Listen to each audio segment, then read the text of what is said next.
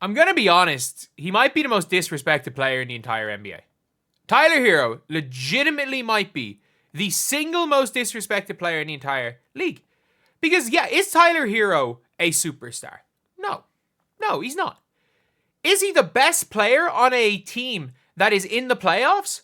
Yeah, he is.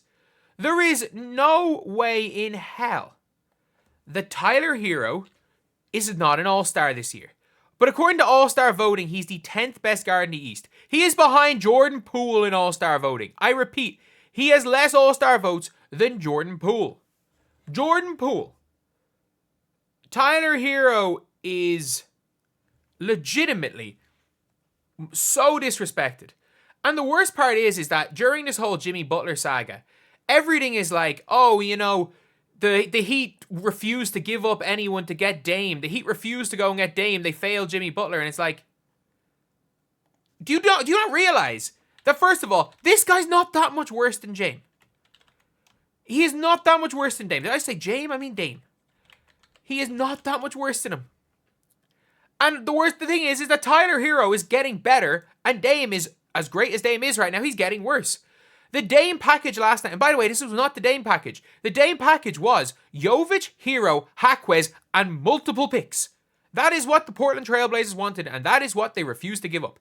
And look, the reality is people are like, oh, wouldn't take any of these guys now, but the Heat never include these three. Exactly. This is what Jimmy Butler wanted the Heat to give up. These three and the pick that became Kel'el Ware. And the reality of the situation is that Tyler Herro is putting up on pretty decent shooting percentages, 24, 5, and 5 assists. He's doing that while playing every game, shooting 40% from 3, 47% from the field, 5 and 5, and a 2-to-1 assist-to-turnover ratio, which is not bad, considering he's not a playmaking point guard. And since the team have been on a winning streak, he's, again, keeping up his averages. He had 32 last night against the Portland Trailblazers, a team that could have had him. And Tyler Herro's like, yeah, I don't want to be in Portland. Tyler Herro's been nothing but brilliant for the Miami Heat. He has been absolutely nothing but brilliant. And, I mean, he is not going to be, he's not the savior. But this is like, whatever about Jaquez, because I don't know whatever about the ages and stuff. If we look last night at what these guys were doing, these guys killed Portland. They absolutely killed Portland. So you've got that, and then you've also got, like, a situation where Miami are now ahead of, like, the Pacers. The Pacers gave up a lot of their assets for Pascal Siakam. The Miami Heat are ahead of the Indiana Pacers. They're going to be ahead of the Orlando Magic soon. Like, the Orlando Magic, it's going to take a few bad games, I think, for Paolo to get back, and maybe the Orlando Magic will go ahead of them at some stage. But, like, they're what? They're a half a game back on Milwaukee. By the way, Damian Lillard is currently playing with Giannis Antetokounmpo. I know Chris Middleton's not the same, but he's got Giannis Antetokounmpo at the very peak of his powers, and they're a half a game better than what Miami are. Are you trying to tell me that if Jimmy Butler was playing, are you trying to tell me that that's a better supporting cast than Dame would have had in Miami? No. Like, Miami trade their future for Dame. What? Instead of being the 6th seed, they might be the 4th seed. They're still going to be a second round playoff exit. They don't beat the Celtics last season. They're no better last season. And then you've got a situation where you've got no assets. You've got no Jovic, who is, like, people don't understand how young Nikola Jovic is. Like, Jovic is literally 21. He's 21, and he is putting up, like, he's gone from the start of the season averaging like 4 or 5 a game. He's averaging 10 points a game. And he's a 6'10 guard. Let's not forget, he's a 6'10 guard who's 21, who was a raw prospect and was expected to be 2 years away from being 2 years away. Like, he is a guy with all-star potential. Jaquez is good, man. He's really freaking good. And most of all, the most disrespected player in all of this is Tyler Herro, because he should be a guaranteed all-star. I'm sorry, in the East, what guards have been better this season in the East than Tyler Herro? I will give you, Jalen Brunson has been better than Tyler Herro. If we're looking at guards in the Eastern Conference. So you want to look at the top teams. You go Mitchell Garland. Let's just say you go Mitchell Garland, Brunson, Dame, Herro. That's your guards. Or do you have to put Trae Young in there? But Tyler Herro, I'm giving Tyler Herro an all-star this year over Cade Cunningham. I am.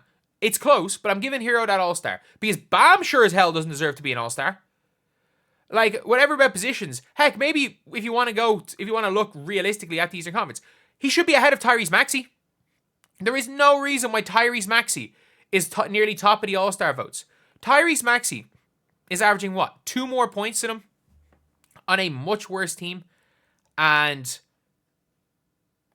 like, is he doing it on anywhere near as good efficiency?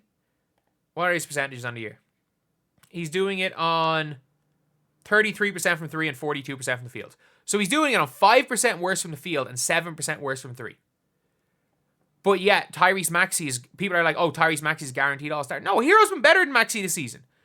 Herro's been better than... I don't think LaMelo Ball's played enough to get in over Herro. Fair enough, you want to put LaMelo Ball in. But like Jordan Poole, to be honest, when it comes to the Eastern Conference, the best players in the Eastern Conference, other than like Kat and Giannis, have been guards. And Mobley, maybe. Like, if you want to look at all-stars, like Kat, Giannis, Mobley for bigs. And almost all the best players in the East have been guards. Joel Embiid better not be an all-star. No one on the Raptors deserves to be an all-star this year. Hornets, maybe you get LaMelo. No one on the damn sorry Wizards deserves to be an all-star. No one on the Nets deserves to be an all-star. Miami, Bam does not deserve to be an all-star. That should be Tyler Herro. He is an all-star. And they have him rated as the 10th best guard in the Eastern Conference according to votes. And legitimately, some people are saying like, oh, he that's all he is. Like, he is the 10th best. I remember I said it was like he was so disrespected. But that's genuinely what I was saying. I'm like, I said he was so disrespected being 10th in all-star votes. People were like, no, that's about what he deserves to be. And it's like, you're not watching Miami. Miami are good. They're good. And people saying like, oh, Jimmy Butler, like, they need to get him help. I'm sorry. If Jimmy Butler, this is a team that's 20-17, pretty much without Jimmy Butler. If Jimmy Butler is not good, basically, they're the same as Milwaukee. If Jimmy Butler is added to a team that's the equivalent of Milwaukee right now, why the hell should they not be a top 3-4 seed? Why should they not try to get into that 4 seed and be confident of winning that first playoff series? Or, if you're smarter, you go into the 6th seed, you try to stay where you are right now, and you try to get into you try to face the New York Knicks in the first round, so you dodge Cavs. Or maybe if you want to dodge the Celtics, get into that 4th seed, and if you're confident of beating the Cavs. Like, Jimmy Butler, if he's as good as he thinks he is, him just showing up to work gives the Miami Heat a chance in the Eastern Conference. Because without him, they might make the second round without him. And a lot of that is because of this guy right here. Like, everybody talking about, oh, all these better guards. I'm sorry, Tyrese Maxey's not leading a team to a playoff series win. And I get it, Tyler Herro has not been the greatest in the playoffs since his rookie year. I thought he was okay at times, the year he won 6th Man of the Year, to be honest, in the playoffs. He was brilliant in his rookie year. And this is the first year, though, we've really seen the Tyler Herro, like, become what he was expected to be after 2020. And that's fine. Again, the guy's 24 years old. He's 24. Like, there's going to be ups and downs in people's careers. And we're now starting to see the emergence of a future all-star in Tyler Herro. But anyway, yeah, that's the video. Thank you guys for watching. Please like, comment, and subscribe.